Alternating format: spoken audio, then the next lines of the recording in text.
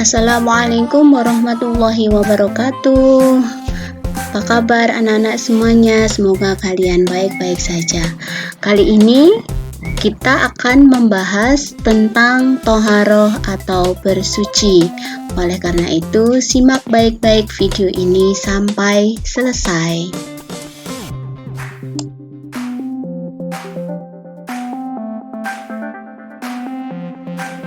Dikarenakan subbab dalam materi toharoh ini banyak, oleh karena itu ibu membatasi pada perbedaan hadas dan najis, macam-macam hadas dan najis, dan cara mensucikannya. Toharoh berasal dari bahasa Arab yang artinya bersih, kebersihan atau bersuci.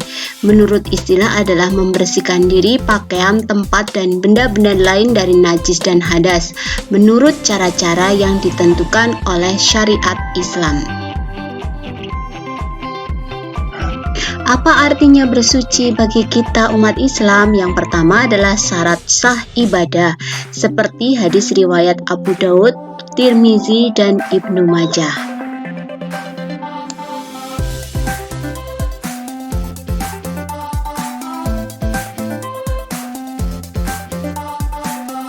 Contohnya adalah berwudu sebagai syarat sahnya sholat. Jika tanpa berwudu, maka sholat tidak akan sah.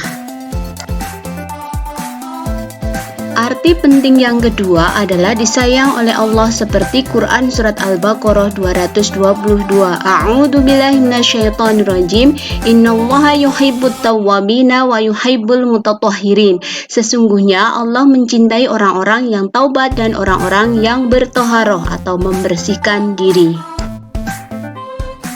Arti penting yang ketiga adalah karena suci itu sebagian dari iman, seperti hadis riwayat Muslim, at-tahuru syatrul iman. Kesucian itu sebagian dari iman.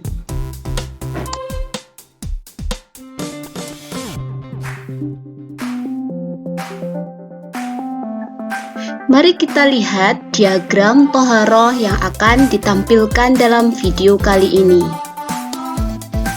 yaitu jenis-jenis najis. Najis itu dibagi menjadi 3, yaitu najis ringan, najis sedang, dan najis berat. Najis ringan bisa hanya dengan dipercikan air. Najis sedang itu menghilangkan warna, bau, dan rasa. Dan najis yang berat harus dicuci 7 kali dengan air yang salah satunya dicampur dengan tanah. Kita coba membahas tentang najis. Dalam Islam, terkena najis bukanlah sebuah dosa. Namun pada syariat Yahudi mengharuskan memotong anggota badan yang terkena najis, merobek pakaian yang terkena najis, karena terkena najis itu sama dengan dosa. Namun menurut syariat Islam, kita boleh terkena najis. Ibadah mensyaratkan suci dari najis, oleh karena itu harus dibersihkan. Benda najis bisa dicucikan dengan yang pertama istihalah atau perubahan wujud, yang kedua diba atau penyamaan kulit bangkai.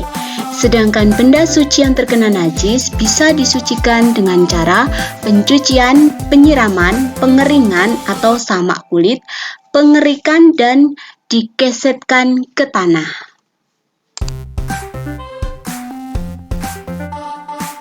Berdasarkan tingkat pensuciannya, najis dibagi menjadi 3 macam, yaitu yang ringan, mukhafafah, yang kedua pertengahan atau mutawasitoh, yang ketiga berat atau mughaladzoh. Mengapa disebut dengan najis ringan? Karena untuk mensucikannya cukup ringan, cukup dipercikan air, meski masih ada najis yang sudah dianggap suci. Contoh najis mukhafafah adalah air kencing bayi laki-laki yang berusia kurang dari 2 tahun dan dia belum makan apapun selain air susu ibunya. Yang kedua adalah najis mughaladzoh atau berat. Mengapa disebut berat? Karena mensucikannya tidak cukup hanya menghilangkan warna, rasa, dan baunya, tetapi harus dicuci 7 kali, yang salah satunya harus dicampur dengan debu atau tanah. Najis yang ketiga adalah najis pertengahan atau mutawasito, yaitu selain najis ringan dan berat, semua kotoran dan hal-hal yang keluar dari kemaluan depan dan belakang. Cara mensucikannya yaitu dengan cara dihilangkan secara fisik warna, rasa, dan baunya.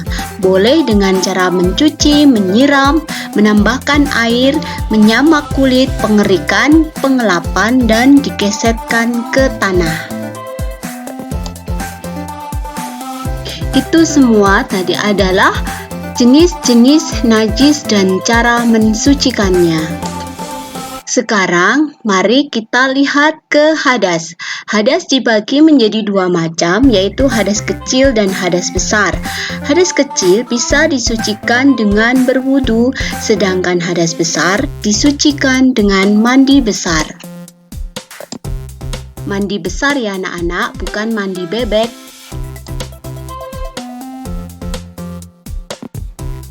Mari kita lihat pengertian hadas.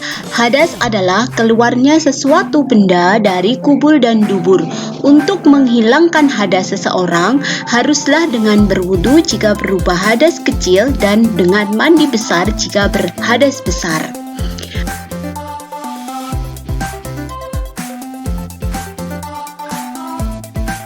Hal-hal yang membatalkan wudhu antara lain yang pertama, keluar sesuatu dari dua jalan yaitu kubul dan dubur atau salah satu dari keduanya, baik berupa angin atau berupa benda, baik itu benda najis atau suci, baik yang keluar itu biasa keluar atau tidak biasa seperti darah dan sebagainya.